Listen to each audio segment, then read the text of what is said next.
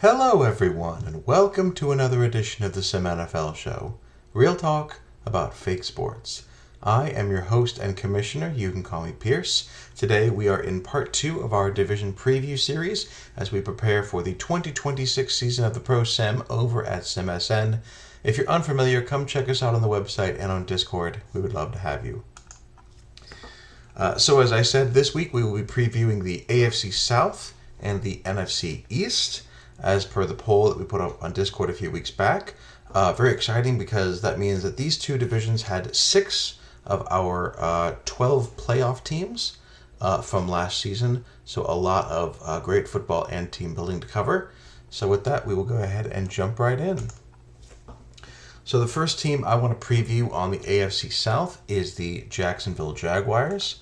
They had a busy offseason, mostly bringing in weapons for that Matt Howard-led offense, starting with bringing in the top Bengals receivers with Madruga and Campoverde coming in, and Jaime Perez from Tennessee at tight end, a 79 overall, 28-year-old coming in as well. They're picking up a new offensive tackle in Zavala from free agency, and then drafting Philippe Johnson to join their backfield. Jacksonville doing a phenomenal job with minimal draft picks and getting Philippe in, I believe, was the top of the 5th. A couple people that they have moved on from, though. Ryan Dunn has departed as part of that trade with the Bengals for Madruga and Campoverde. Zhang, their excellent veteran tight end, who was 32 years old, has been moved to Kansas City. And then as part of the Tennessee trade, they did move Ray Thompson, who was a former first rounder in their 2022 draft, and has bounced around to a couple different teams. He is now with the Tennessee Titans. As for the players that are remaining on the Jaguars roster, big increases from fellow receiver Ronnie Ritter, going +4, and then +5 from multiple linemen, including another selection from that 22 draft, Quincy Weil, offensive guard. And then Danner and Zuniga on the defensive line, as well as Lawrence Carnes, an 82 overall outside linebacker. We've seen from recent drafts just how rare great young linebackers can be, so getting an 82 overall for prime age is excellent for the Jaguars. On the regression side, we do have some downward movement, mostly from Pruitt and DeZuel on the defensive line. So again, we can see those destinies kind of starting to cross. As Zuniga is now a 75 overall and 2 years younger than DeZuel. Similarly, Danner getting to 76 as he hits presumably prime age, with Pruitt on the other end of that going negative. So interesting to see who starts on that defensive line as we get into 2026. But defensive line is definitely a strength. So basically going by overall, it would be Amend at 85, DeZuel at 75, and Pruitt at 80. But as we can see, a lot of depth there on that line, a lot of great talent in the mid to high 70s that could start. Also have to shout out receiver with the group that they've built now with Madruga and Campoverde, 83 and 78 respectively. Bolden's 73, and Ritter, as we saw, is now 75. So great depth at the wide receiver position. Still working on cornerback. The good news for them is that all their starters are young. All of them are in their 3rd year in the league. That's McCutcheon, who's a 70, Siciliani, and then Hilliard, who's a 65. So we now, mostly because of younger players, we should definitely be developing in the next couple of years. Biggest question, how high are those expectations for Matt Howard? He just signed an extension. The team has brought in a whole bunch of offensive talent to build this offense around him. I think the pressure is really going to be on him. Is he going to stay hungry and stay motivated even after signing this deal? It's not like it was for a huge amount of cash, but it is some job security. But what is he going to do with all these weapons? What are they going to expect of him? Should be interesting to see. But I do like what Jacksonville is building around Howard, what they've done. They've made some huge moves to improve their roster in the short term. I think they could be looking not only at a division championship, but potentially a playoff win as well, working their way deeper into the AFC postseason. Next team I want to highlight is the Indianapolis Colts, who had a great push for their first playoff appearance last year when they won the South. Newest arrivals for them, they traded for Gregory Taphorn to come in from Tampa Bay, signed Helgeson at tight end, and then big draft picks Taylor Mortensen out of Utah, and then Centeno was a 66 overall, who they drafted with the 208th overall pick. So phenomenal find there. He's going to be an asset for their offense sooner rather than later. They moved on from Michael Barrera, which is big, losing an 81 overall defensive tackle that was part of a big trade to Carolina. And then letting some guys walk in free agency, some prime age guys, Lauren Davis, Roger Winnick, and Tim Maloney, all cut to make space. But generally, an upward trend looking at the people they brought in, particularly those young draft picks. For progressions, we have some strong progressions, some +4s and even a +5, especially on the defensive side. Tibbetts and Hernandez on the defensive line. Timothy Ward hitting presumably prime age as a 77, and then across from him at safety, Raymond Teague as a 74 overall. So big improvements there on defense. One caveat, Enrique Nunez still going at 35 years old, though he is only a 67 overall after another regression in the offseason. Big strength I like from the Colts is that offensive line. McPherson is 84, Gibson 74, Wen 67, the rookie Mortensen presumably at a guard position, and then Bishop at 85. So phenomenal bookend tackles there. McPherson, Bishop 84, 85. But not too shabby on the interior as well. Some areas to watch, though, linebacker and cornerback on the defensive side. As far as linebacker, Stimac and Griffin, both 73s. Vernon is 65. Rubiano is 70. So fairly mid-tier there. And then at cornerback, Ellis is a 72. Ciardi, 70. And then Herget as a 68, although this is only his second year in the league, so he is moving on up as well. So again, at least at cornerback, hope for the future, but some lower overalls that will be in starting roles there. Big question, how is this team going to make use of all its runners? They have Mitchell Reynolds, the offensive rookie of the year last year. He was a 74 overall. They just picked up Centeno, who's a 66. He's a power back, so definitely the Thunder to Reynolds Lightning. Maybe they even pull him at fullback. I don't know. They've got Taphorn, who's a running quarterback. And then Monty Turner, they just picked up. Or they have Monty Turner, their scrambler, who has 96 speed at quarterback. So are they going to go with Taphorn at quarterback and turn Turner into another runner? Are Taphorn and Turner going to be in a competition? We shall see, but there's a lot of speed, a lot of rushing ability on the field. However they make the best use of that could determine how successful they are this year. I think they're going to be in the playoff race. I think Jacksonville could leapfrog them based on the acquisitions that the Jaguars made. But I think the Colts are still in a great place, especially with that line and that amazing backfield to do some damage in the rushing game, win more than they lose, and stay in the playoff race and the AFC South divisional race.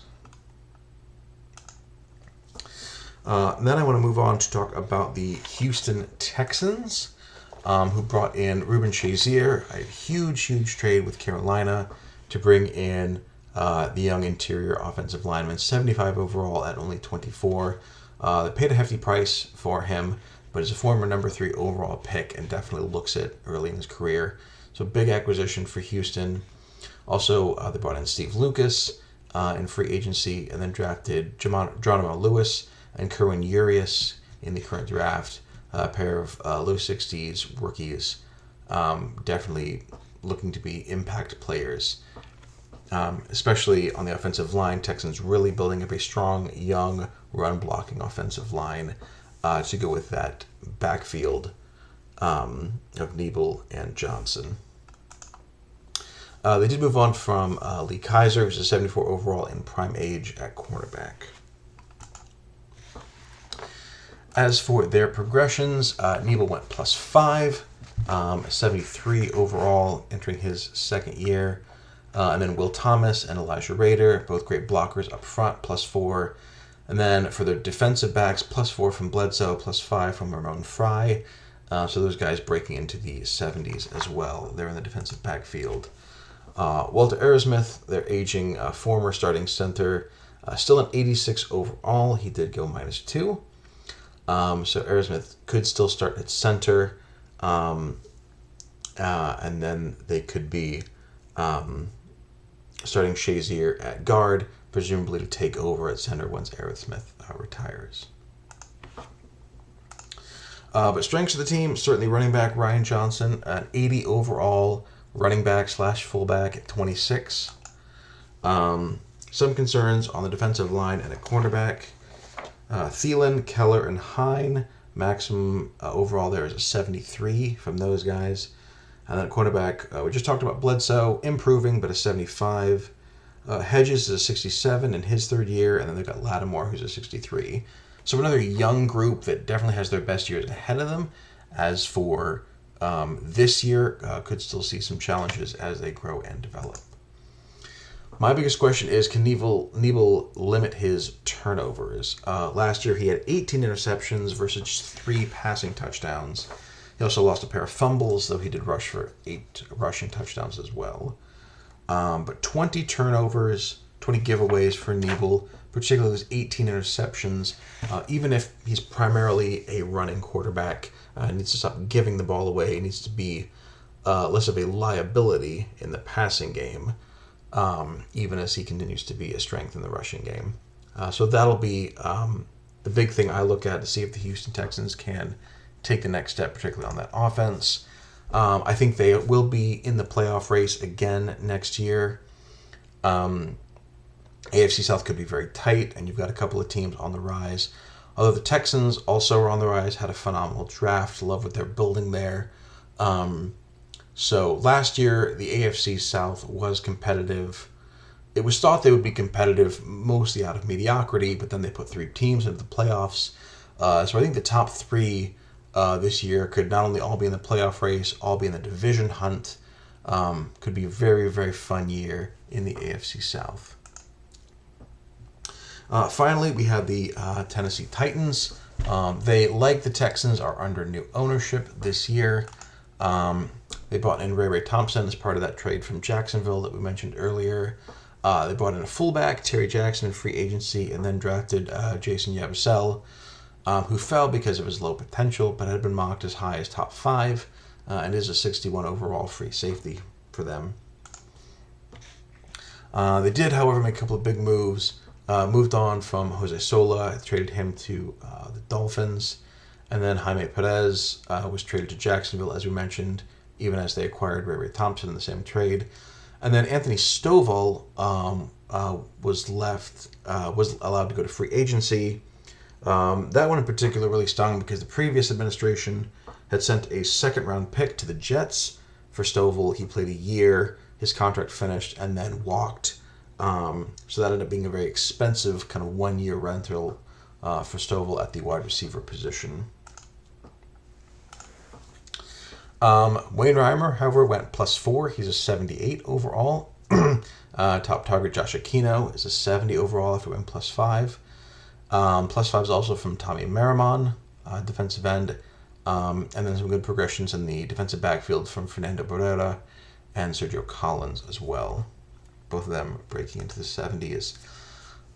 Downside, Joseph Kale, a 30-year-old running back, and their top backfield target going -4. Jesus Avalos, -3 at age 32. William Johnson, Joshua Johnstone as well, the Pro Bowler, all going -3 as well, as they are on the older end of 30. Do think cornerback is still a strength for this team. Barrera is a 75. Kennedy is a 70. They currently have free safety Collins. He's a 74 overall free safety. They have him playing nickelback, at least in the lineup right now. We'll see how that plays out as we work through preseason. Kale being their best in the backfield as a 73 overall 30-year-old running back is a bit concerning. And then their next best option is Richardson. He's a 67 overall, and he's 28. So also on the higher end of prime age, or on the other side of prime age, most likely. And then that offensive line, Smith and Bowles, 74, 75. Angelica, 65. Actually, 70. Reichert, 69. So all of those guys, high 60s, low 70s, and all but that center are 29 or over. So this is not a case of a young group that's going to improve. Angelica at center is going to get better from 65, but most of the others are probably at or near prime, unless Tennessee gets some good luck there. So definitely not the strongest offensive line in the division, let alone the conference. So I have to ask if this is the year the streak ends. Tennessee Titans are one of only 2 teams in the AFC to make the playoffs 4 years out of the 4 that the league has existed. The other, of course, being the Denver Broncos, who are 4-time conference champs. This might be the end of the streak for the Titans, though, looking at where their team has gone in this offseason and where the other teams in the South have improved. I do think it will be the end of that streak. I think the Titans will be in 4th place. I think by December they'll be mostly playing spoiler for other teams in their division and their conference. But I think the team itself will be looking forward, or will be looking past to next year by the end of the season. With that, we are going to pivot over to the NFC East, starting with who else? The Washington Commanders, who brought in Rashawn Lyons and Brendan Hightower. As far as my records go, Washington added a lot of players from the records I have last year, but some of those were during the season last year.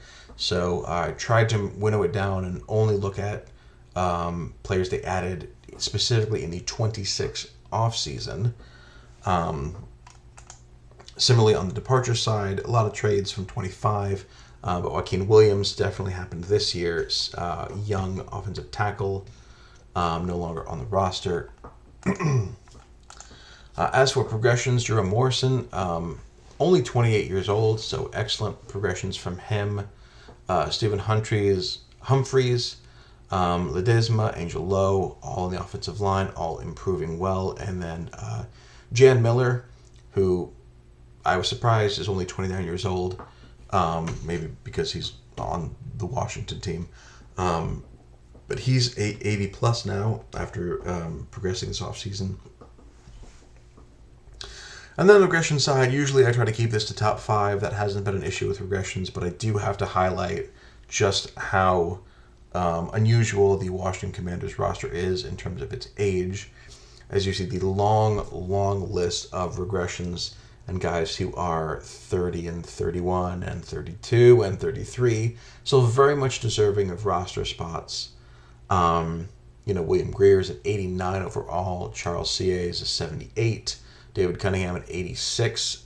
Definitely strong players, but definitely at the tail end of their careers. So age and time being the biggest factor, honestly, for the Commanders at this point. That and cap space.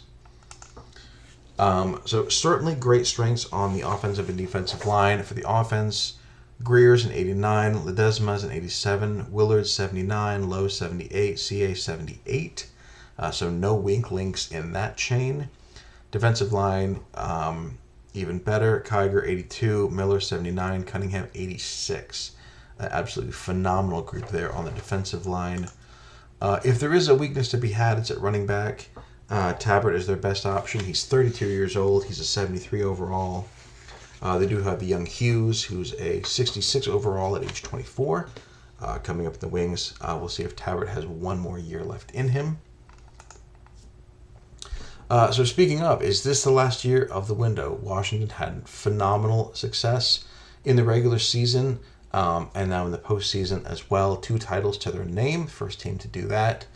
But we see the cap list, we see the list of regressions, even with young guys like Morrison and Miller on the roster. Is this the last year of the window? Is this the year when most of the veterans retire, move on, or regress too far to be competitive? Is this the last year? I think the window is still open, But we'll see if this is the last one. But for now, until the results show me otherwise, I'm putting the Commanders in first place and expecting a strong postseason showing from them as well.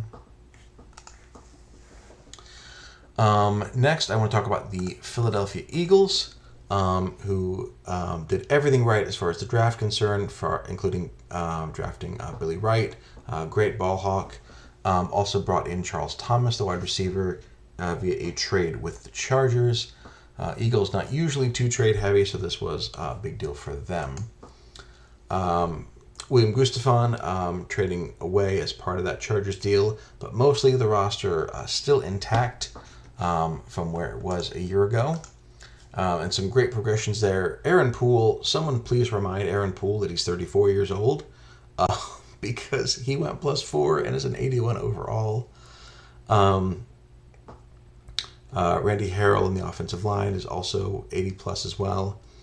And then their defensive progressions are a who's who of defensive players from drafts past, with Soto going +5, Pilardi +6, Nate Simeon, who had 1 billion interceptions last year, even as a 64 overall, is now a 70, and then Ryan Reininger from that very first draft class is now a 75 overall as well.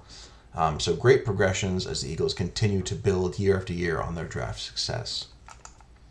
A couple of regressions to call out: Ronald Spencer falling from the ranks of the 80s after going -2, Matthew Lee -2 as well, Andrew Kangas -4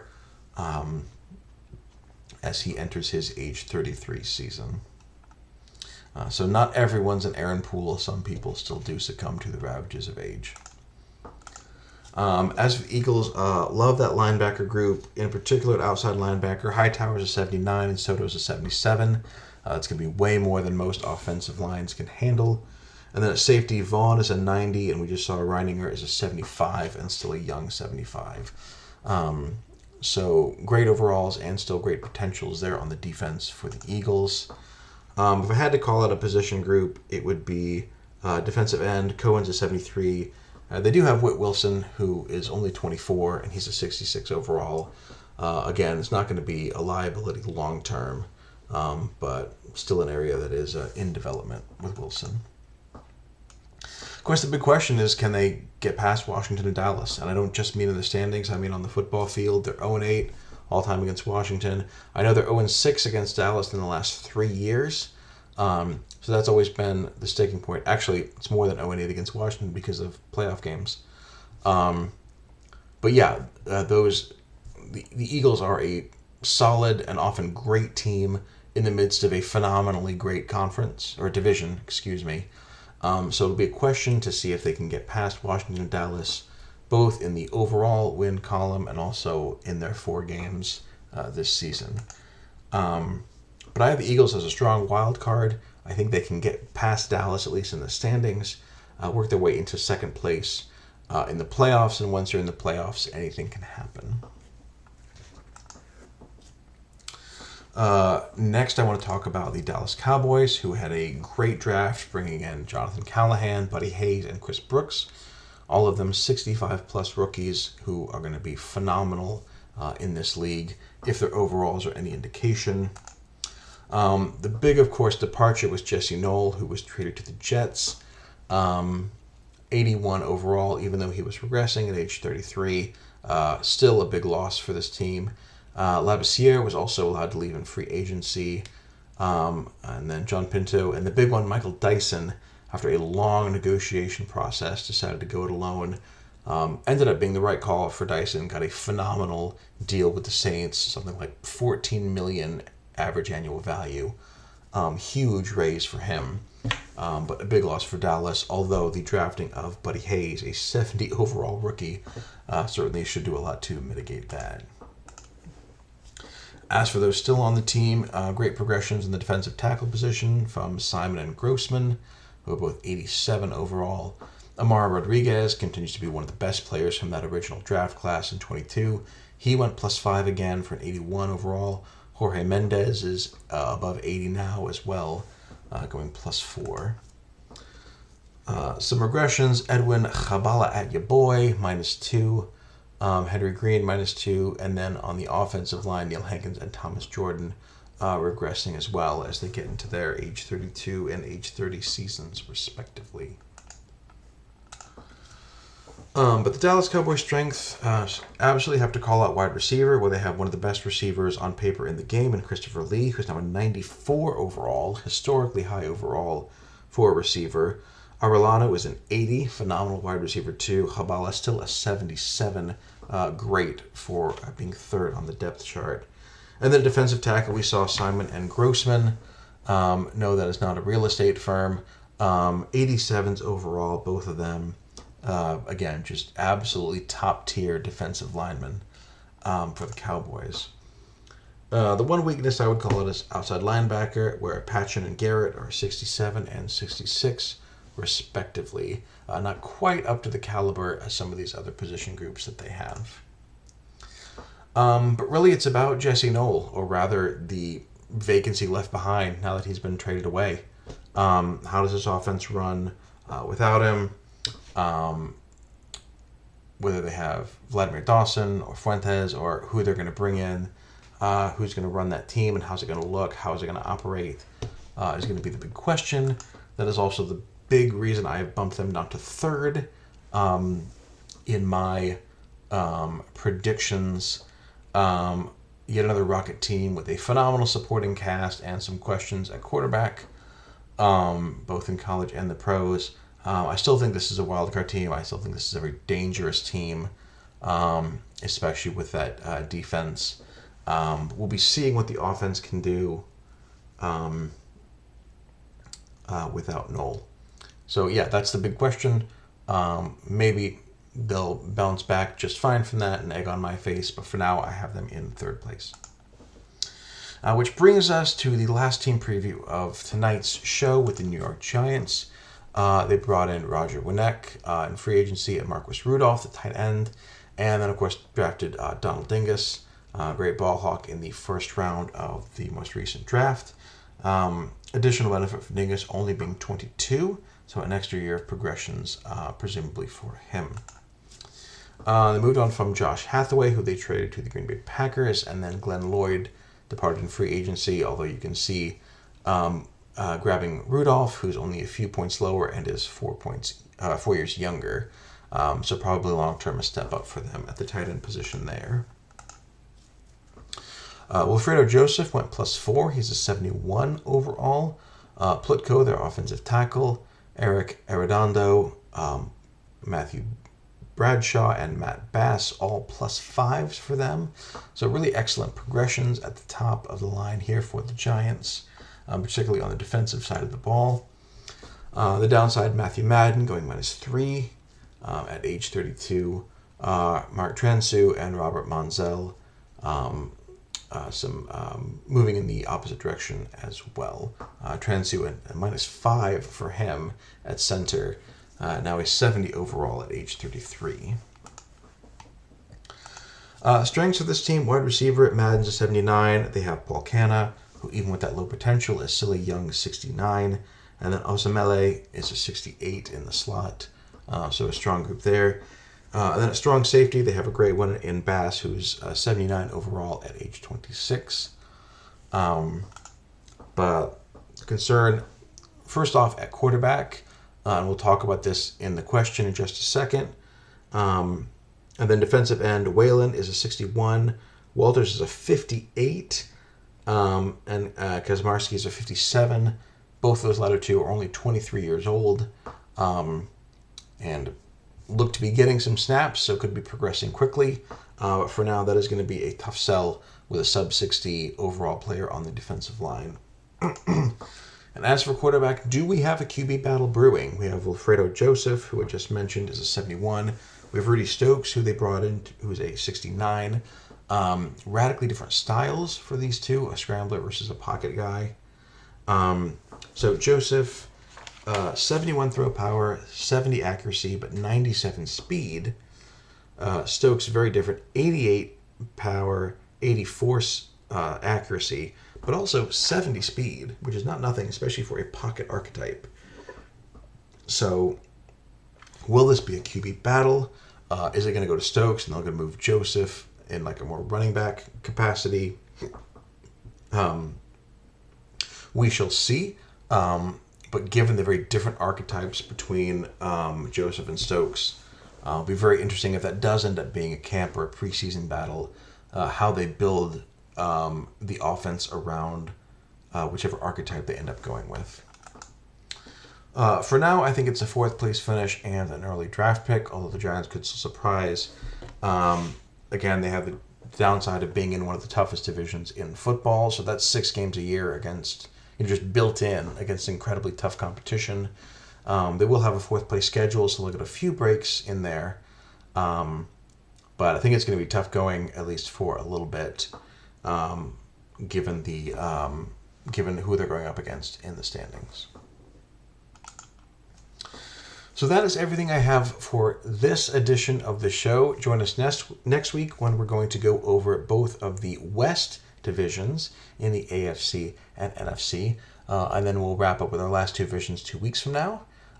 So we can cover everybody by the time we get into preseason. But that's it for now. Thank you so much for stopping by and listening. And as I say to all users in all of our sims, good luck and have fun.